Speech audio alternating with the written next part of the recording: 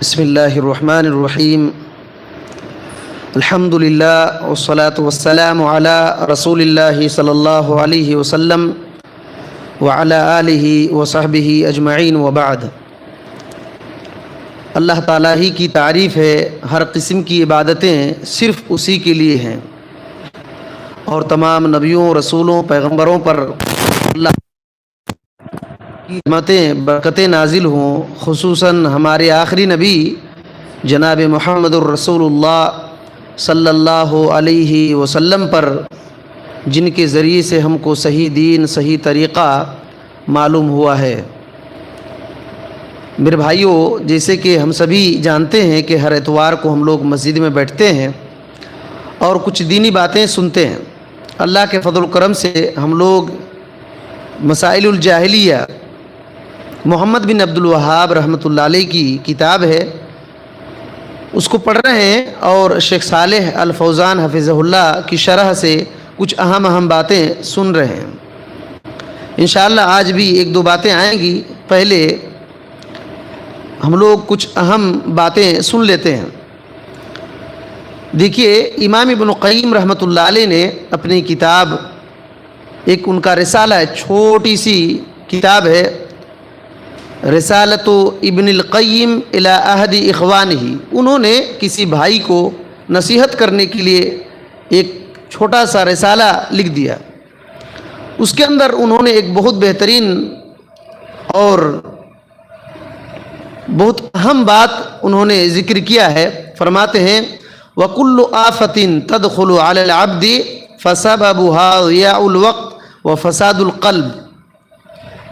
انشاءاللہ یہ کتاب ہم لوگ ہو سکتا ہے کہ آگے چل کر کے پوری کتاب پڑھیں گے انشاءاللہ۔ تو اس میں سے انہوں نے ذکر کیا ہے کہ ہر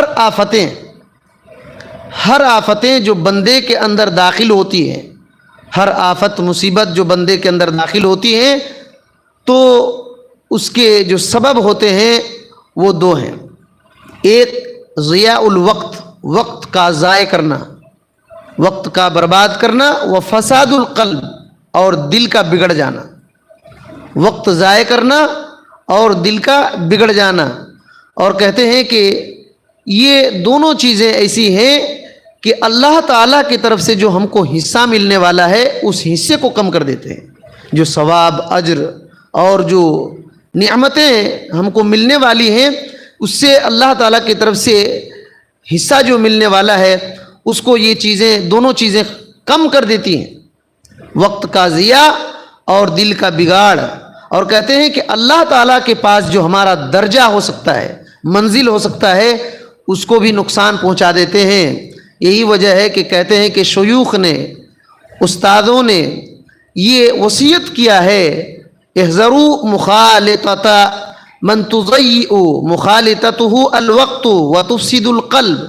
کہتے ہیں کہ اسی وجہ سے شیوخ نے، استادوں نے یہ وصیت کیا ہے کہ ایسے آدمی کے پاس اٹھنے بیٹھنے سے بچو جن کے ساتھ رہنے سہنے سے وقت برباد ہوتا ہے اور دل بگڑ جاتے ہیں، دل بگڑ جاتے ہیں اور وقت برباد ہوتا ہے۔ کہتے ہیں فَإِنَّهُ مَتَى ضِيَاءَ الْوَقْتِ، کہتے ہیں کہ جب وقت برباد ہو جائے اور دل بگڑ جائے تو اس کی وجہ سے کیا ہوتا ہے؟ کہتے ہیں کہ بندے کے پورے معاملات بکھر جاتے ہیں، سمیٹ نہیں پاتا ہے وہ، بندے کے پورے معاملات بکھر جاتے ہیں۔ وقت ضائع کر دیا اور دل بگڑ گیا تو اس کے پورے معاملات بکھر جاتے ہیں، بندہ پریشان رہتا ہے، یہ کام کیا نہیں دوسرا کام حاضر ہوتا ہے، پریشان رہتا ہے، اس کے معاملات پورے کے پورے بکھر جاتے ہیں۔ اور اللہ رب العالمین نے اس کا ذکر کیا ہے، اللہ رب العالمین نے اس کا ذکر کیا ہے کہ کن کے پورے امور کام بکھر جاتے ہیں۔ تو سورہ الکہف کی آیت پڑھیے، سورہ الکہف میں جو 28 نمبر کی آیت ہے اس کو ایک بار پڑھیے، اس میں آخر میں یہ بات ہے۔ بسم اللہ الرحمن الرحیم۔ తమ ప్రభువును ఉదయం సాయంత్రం వేడుకుంటూ ఆయన ప్రసన్నతను తను చూడగానే ప్రయత్నంలో ఉన్న వారి సహచర్యం పట్ల నీ మనసును సంతృప్తపరుచుకో, జాగ్రత్త, వారి నుంచి నీ దృష్టిని మరల్చుకోకు. ప్రాపంచిక జీవితపు అందాలను నీవు కోరుకుంటావేమో. చూడు, ఎవరి హృదయాన్ని మేము మా దాస్యం పట్ల నిర్లక్ష్యానికి లోను చేశామో, ఎవడు తన మనోవాంఛల వెనుక పరుగులు తీస్తున్నాడో, ఎవడి పని తీరు మితిమీరిపోయిందో అతనికి విధేయత చూపకు.